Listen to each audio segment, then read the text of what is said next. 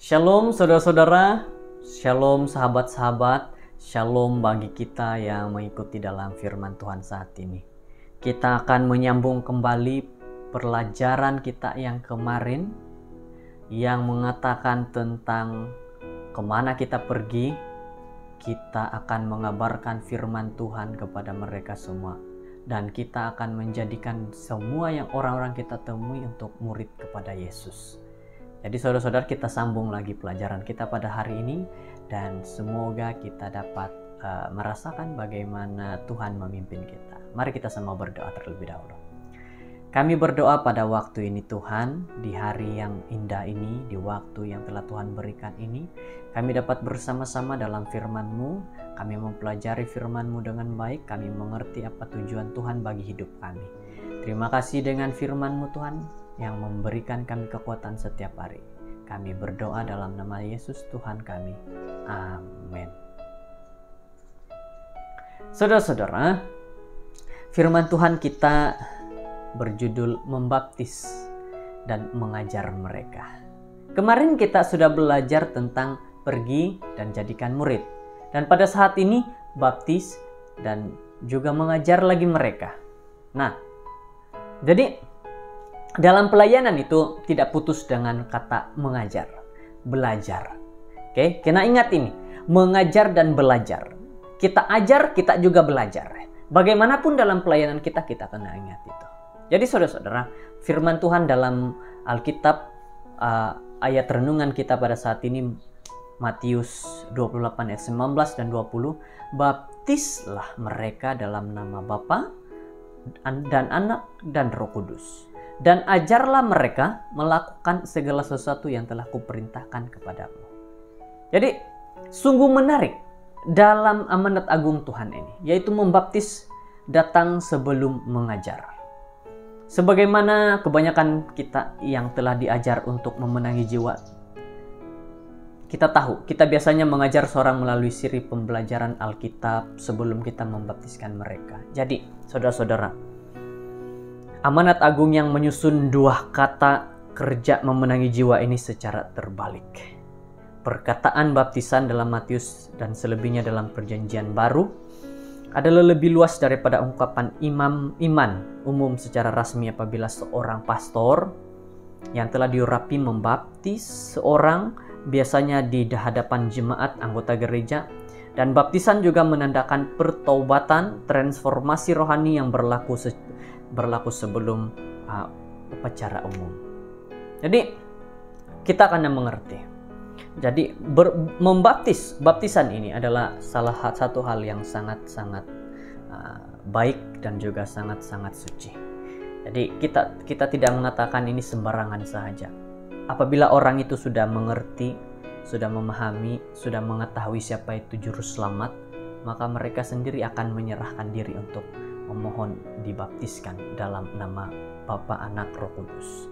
Jadi saudara-saudara,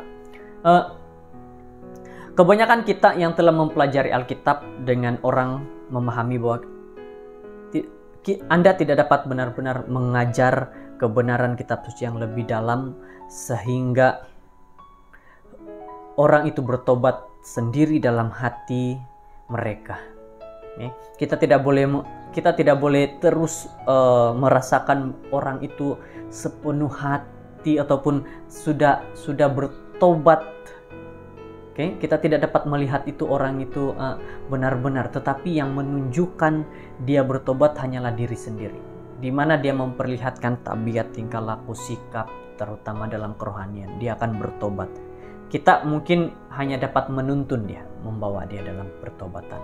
Jadi sebelum pertobatan ada satu pergelutan yang nyata bagi seorang individu yang memahami kebenaran rohani. Karena manusia duniawi tidak menerima apa yang berasal dari Roh Allah. Karena hal itu baginya adalah suatu kebodohan dan ia tidak dapat memahaminya, sebab hal itu hanya dapat dinilai secara rohani. Nah, ini yang saya katakan, kita tidak dapat menilai seseorang itu dengan pandangan kita sebagai seorang manusia. Yang dapat menilai itu dengan pandangan kerohanian. Hanya Tuhan dan hanya dirinya sendiri yang sudah bertobat. Kita boleh baca ini dalam 1 Korintus 2 ayat 14. Kita tidak seharusnya hanya berusaha mengajar seorang, tapi kita juga berjuang untuk menempatkan mereka dalam satu suasana di mana pertobatan boleh berlaku. Setelah Roh Kudus mengubah hati, akan ada keupayaan untuk diperbaharui untuk melayani Tuhan dan menurut semua perintahnya. Nah, ini yang menarik. Apabila orang itu benar-benar sudah bertobat, maka yang dia akan lakukan adalah dia benar-benar akan memberikan dirinya untuk mengikuti segala firman Tuhan yang tertulis, terutama dengan perintah-perintah Tuhan. Jadi saudara-saudara, firman Tuhan renungan kita pada hari ini memperingatkan bagaimana kita seharusnya, kita yang sudah dibaptiskan ini, kita ingat kembali, apakah saya ini sudah bertobat sepenuhnya? Apakah saya sudah menyerahkan diri sepenuhnya kepada Tuhan? Nah, kita lihat dalam Matius terdapat 5 ucapan utama yang Yesus, yang beberapa orang telah memberi nama sebagai Pentateuch. Pentateuch Matius. Kita boleh baca dalam Matius 5 ayat sehingga 7, 10, 13, 18, 23 dan 25. Semua ini ada. 5 ucapan utama ini beberapa daripada kita sudah mempelajari. Membekal banyak kebenaran rohani yang positif untuk mengajar murid baru tentang kerajaan Tuhan, yang mereka akan menjadi anggota dalam kerajaan tersebut. Jadi mempelajari tentang kerajaan itu merupakan satu proses sepanjang hayat, bukan hanya sekarang saja, tetapi sepanjang hidup kita akan mempelajari tentang kebenaran kerajaan Tuhan. Semoga Tuhan akan membantu kita dalam memahami bagaimana untuk mengukuhkan dasar setiap umat percaya yang baru dalam kebenaran. Pada saat ini, mari kita ingat kembali, kita diajarkan untuk baptis dan mengajar. Juga diperingatkan dalam kehidupan kita. Kita yang sudah dibaptis dan kita yang sudah diajar, maka iman kerohanian kita seharusnya lebih bertumbuh dan bertumbuh. Bukannya jatuh dan jatuh, tapi semakin meninggi ataupun semakin kuat, semakin teguh. Semoga firman Tuhan kita pada saat ini yang mengajak kepada kita untuk lebih giat lagi dalam pelayanan untuk Tuhan. Kiranya kita diberkati pada hari ini. Mari berdoa. Bapa yang baik, Tuhan Allah yang penuh kasih, kami sangat bersyukur perintah Tuhan, firman Tuhan yang kami sudah belajar, yang mengatakan tentang baptis dan mengajar. Kami tahu bahwa Engkau sudah mendahului dalam diri kami, dan pada saat ini Engkau menuntun kami untuk melakukan hal yang sama lagi.